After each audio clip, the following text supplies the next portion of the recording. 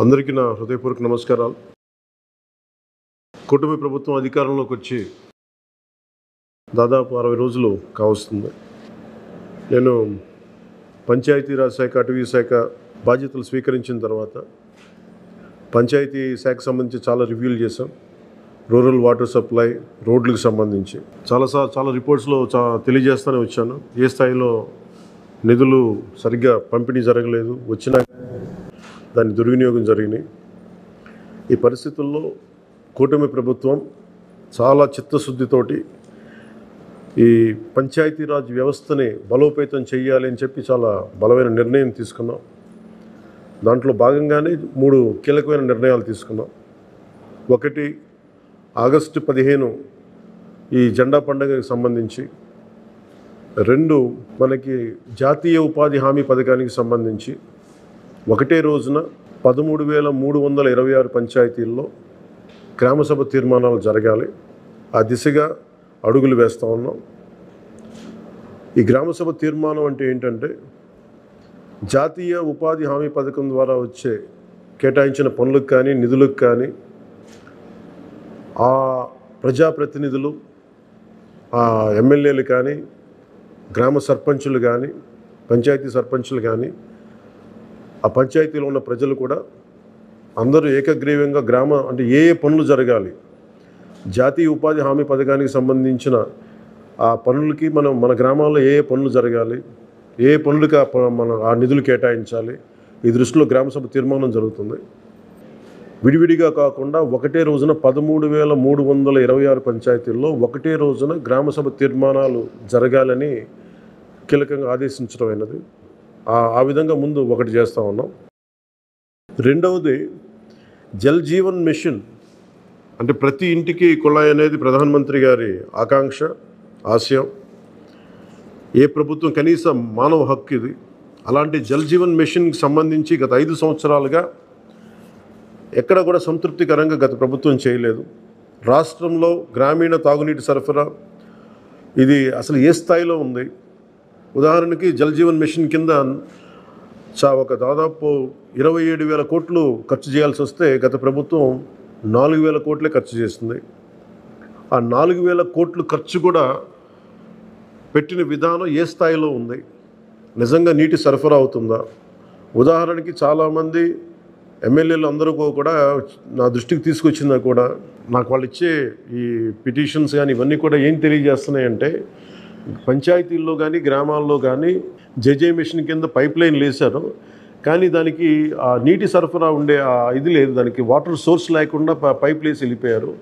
అంటే దీని వెనక ఏమనిపించిందో, నిజంగా ఏదైనా వీళ్ళు డబ్బులు చేసుకోవడానికి పైప్ లైన్లు వేసి వదిలేశారన్నది ఆలోచన వచ్చి దాని మీద ఏం ఆదేశించాం పంచాయతీరాజ్ శాఖ ఉన్నతాధికారులందరినీ ఏంటంటే, అసలు రాష్ట్రంలో గ్రామీణ తాగునీటి సరఫరా పరిస్థితి ఎలా ఉంది, ఎన్ని గ్రామాలకి పైప్ లైన్స్ బాగున్నాయి, నీటి సరఫరా స్థాయి ఎలా ఉంది, రోజుకి ఎన్ని లీటర్లు నీళ్ళు వస్తున్నాయి, అలాగే ప్రస్తుత పరిస్థితి తెలుసుకోవడానికి దాదాపు ఒక 12 అంశాల మీద మేము సర్వే చేయమని ఆదేశించాం. దీన్ని పల్స్ సర్వేగా మీ దృష్టికి తీసుకొస్తున్నాం. ఇది పల్స్ సర్వే చేపడుతున్నాం. దీంట్లో వచ్చిన డేటా ఆధారంగా జల్ జీవన్ మిషన్ని కూటమి ప్రభుత్వ ఆధ్వర్యంలో అత్యంత పకడ్బందీగా ప్రణాళిక రచన చేయడానికి ఈ సర్వే నిర్వహిస్తున్నాం. ఒకసారి ఈ డేటా పాయింట్స్ అన్నీ రాగానే ఏ పంచాయతీల్లో నీళ్ళు వస్తున్నాయి, ఏ పంచాయతీల్లో పైప్ లైన్లు డ్యామేజ్ అయినాయి, అసలు గత ప్రభుత్వం చేసిన 4,000 కోట్ల రూపాయల ఖర్చు నిజంగా ఆ ఉద్దేశింప పనులకి జరిగిందా లేదా, వీటన్నిటిని కూడా ఈ పల్స్ సర్వేలు మనకి తెలిసి వస్తాయి. దీని సమూలంగా ప్రజలందరికీ సమీప భవిష్యత్తులో తెలియజేస్తాను. అలాగే గ్రామ పంచాయతీలు, పంచాయతీరాజ్ వ్యవస్థ బలోపేతం కావాలంటే సర్పంచ్ వ్యవస్థ చాలా కీలకమైంది. గత ప్రభుత్వం పంచాయతీ ఎన్నికలు సరిగ్గా నిర్వహించలేకపోవడం వల్ల మనకు నిధులు రాలేకపోయినాయి.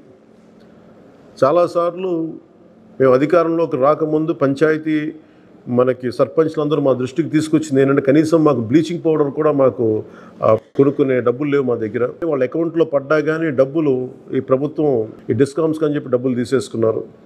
సో పంచాయతీల నిర్వహణకి ఎన్నికలు జరిగినాయి, కానీ పంచాయతీల నిర్వహణకి సంబంధించి ఏ విధంగా వారికి సరైన ఆర్థిక పరిపుష్టి జరగలేదు నిధులు పడ్డాక. నిధుల దుర్వినియోగం జరిగింది, అది మీ అందరికీ తెలిసిందే. దానికి మరింత వివరంగా ఎప్పటికప్పుడు తెలియజేస్తాం. సో ముఖ్యంగా పంచాయతీరాజ్ వ్యవస్థని, సర్పంచ్ వ్యవస్థని బలోపేతం చేయాలన్నదే మా కూటమి ప్రభుత్వం తాలూకు ఆశయం, ఆకాంక్ష.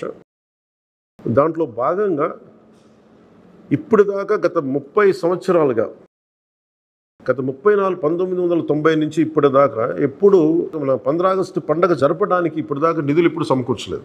చాలా నామకే వాస్తే నామమాత్రంగా ప్రతి పంచాయతీకి, చిన్న పెద్ద పంచాయతీలకి 100 రూపాయలు, చిన్న పంచాయతీలకి, పెద్ద పంచాయతీలకి 250 రూపాయలు చొప్పున ఇచ్చేవారు.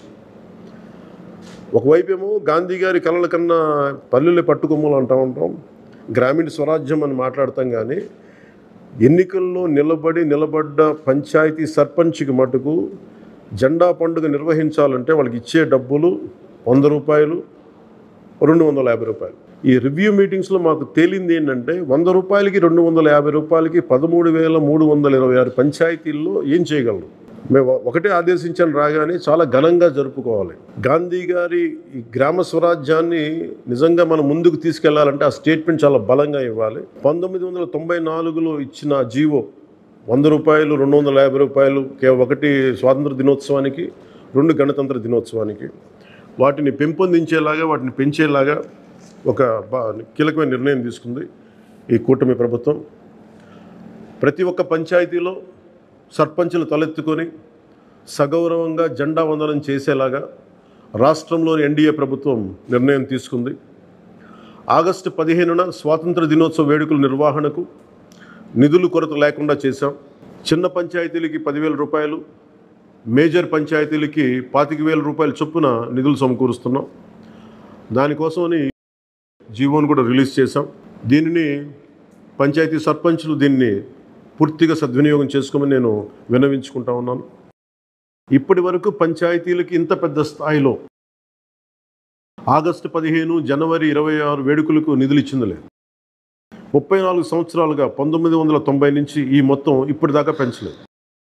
34 సంవత్సరాలుగా ఈ పండగలకి, జెండా వందనం పండగ కానీ, గణతంత్ర దినోత్సవానికి కానీ 100 రూపాయలు, 200 రూపాయలు చొప్పున ఇచ్చేవాళ్ళు.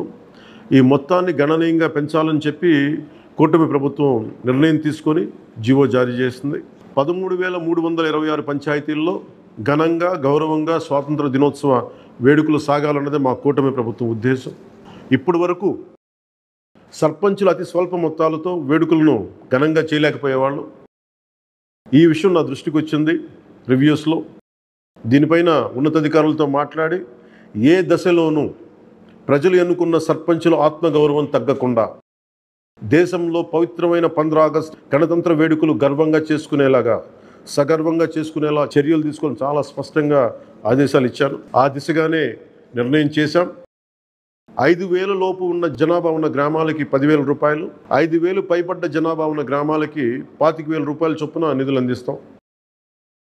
గాంధీ మహాత్ములు కలలుగన్న గ్రామ స్వరాజ్యం సిద్ధించాలన్నదే మా కూటమి ప్రభుత్వం తాలూకు తపన, ఆకాంక్ష.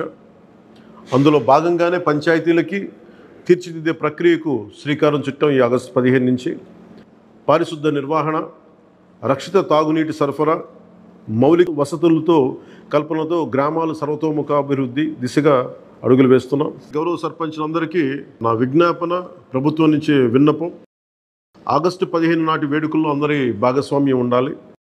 పంచాయతీ పరిధిలోని పాఠశాలల్లో వ్యాసరచన, క్విజ్, డిబేట్ పోటీలు, క్రీడా పోటీలు నిర్వహించాలని కోరుకుంటా ఉన్నాం.